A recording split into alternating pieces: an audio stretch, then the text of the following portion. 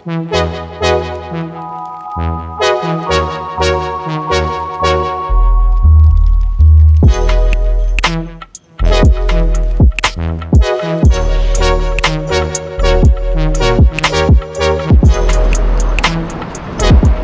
is gorgeous out today. I know. We've had so much rain. You know, they don't call it Raincouver for nothing.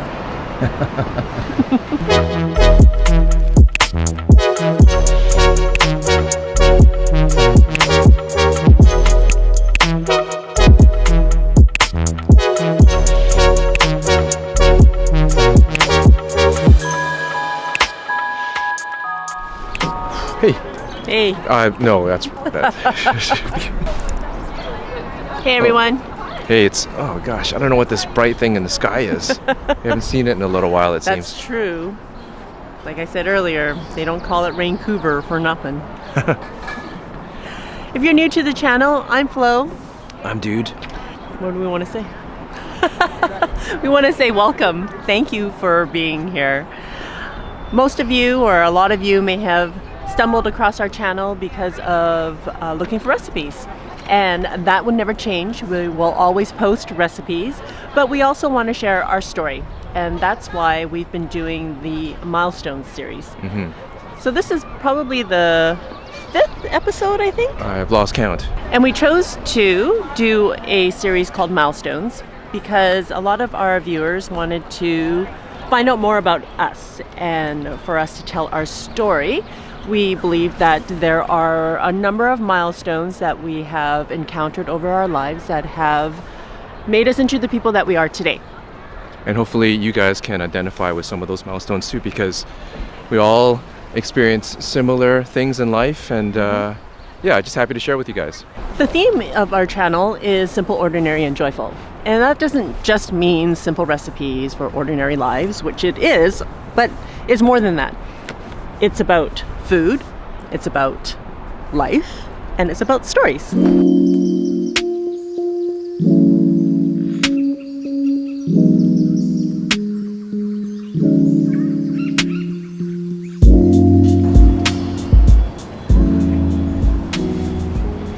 It's almost too sunny. Well, it's still chilly when it's like in the shade. If you guys have been watching our videos, then you would know that Flo suffers from temperature-itis. That is, if it's not within 2 degrees window, then it's not going to work out for her. So thanks for tuning in. And if you've been watching our Milestone series, we left off with making some major career changes and just beginning to settle into a groove. Yeah. But of course, with us, there's always some surprise. So you know how we tell teenagers that if they're gonna have sex, that they should protect themselves because it only takes one time to get pregnant? You know where this is going. The one time that we didn't protect ourselves, I was late, and so I decided to take a pregnancy test. And when I looked at the results, and there was a big old plus sign on there, I just burst into tears. So at that stage in life, we were settling into a groove, and we had not a formal plan, but a 5-year plan, thinking that we'd be married for 5 years and then we'd consider the whole having kids thing. At the time, I was 33 years old, but in my head, I'd given myself a deadline of 35 to get pregnant because, I don't know, it was just a number. We're not really baby people. I think I had resolved to if we didn't have kids, it'd be okay. Yeah. I would be okay with that. Yeah, And I think we're you both were- on the same page. Yeah. We're both on the same page. Yeah. Never gravitated towards wanting to hold babies. Yeah. And that's why probably it factored into that 5-year plan in terms of, well, you get married and eventually you have kids, right? And have a family. Yeah. And we were okay if we didn't. Yeah, and actually it was sliding in that direction of not, because of just not having that desire, that compulsion. So after the initial shock wore off, we started to settle into the idea of being parents and the thought of visualizing having a baby and what it meant. Get excited. Yeah, we were pretty excited. We started looking at baby clothes and and strollers. But then in my 10th week, I don't even remember what happened exactly. I think there was I saw a lot of blood. And so we went to women's hospital, and there we found out that we had a miscarriage.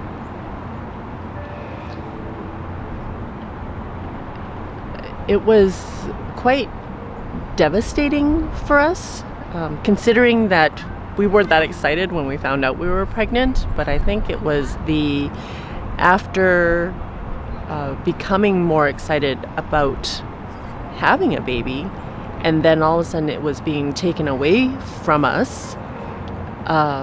It just didn't seem fair. I was really shocked. I didn't know how to process it, really. I think both of us. I remember getting the news, and then it's almost like, well, what do we do now? And I think we went to a diner, had breakfast. It was pretty quiet, just eating together and not really saying too much. And somewhere in the weeks ahead, and as you guys know, our faith is pivotal in our story, in our lives. And it's guided a lot of decisions that we made, and all the turmoil that happened with our jobs and the moves back and forth between the US and Canada, that our faith was pivotal in trusting that, you know, God, you know what you're doing, and we're just going to do our part and leave the rest to you, and we're just gonna chill on this. And this time it was different, I think, because the experience was raw and it was so overwhelming, because it would have been it was a life-changing situation for us. Not that God is going to bring all unicorns and rainbows all the time, but this was a situation where we were getting used to the idea, and it landed on our laps, and said, okay, we're down with this. And when the miscarriage happened, there was just a cry of why. It was a long time ago, and I'm still emotional about it.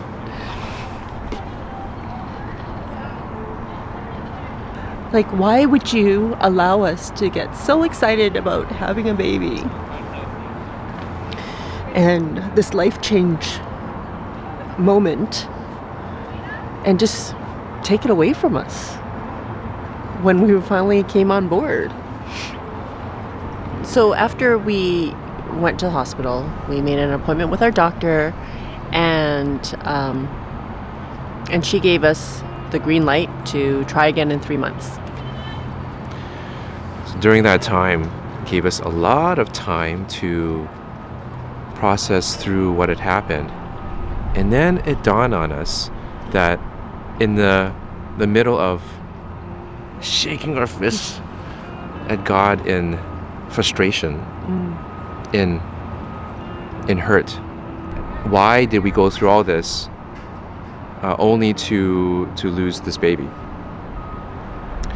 And in our frustration with God, it revealed to us that this is something that we didn't know we wanted.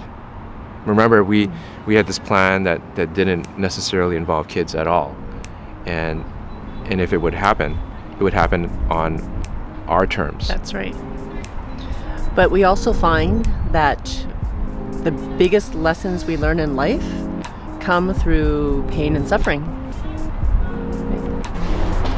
Well, we got the green light, and then we got pregnant with Ella, and 19 months we had Noah.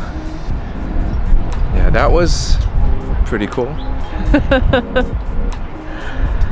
I think being a mom for me has been such a joy that I never thought I would experience.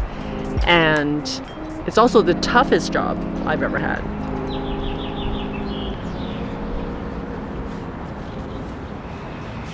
We are thankful that we went through the experience of having a miscarriage because it allowed us to empathize with others who are experiencing or have gone through the same thing. And even though the doctor tells you 1 in 4 pregnancy ends in miscarriage, it doesn't discount the pain or the sense of loss that people feel. And having gone through it ourselves, it just helps us to be more understanding towards others who are going through the same. But God has entrusted us with these little people and have given us an opportunity to be parents. And it has been, just such a joy. And we are ever thankful that He would entrust us with this task. It's been a real joy sharing these milestone moments with you. And just like binge watching a Netflix series, we are quickly coming up to real time here on our story timeline. So, till next time, be simple, ordinary, and joyful.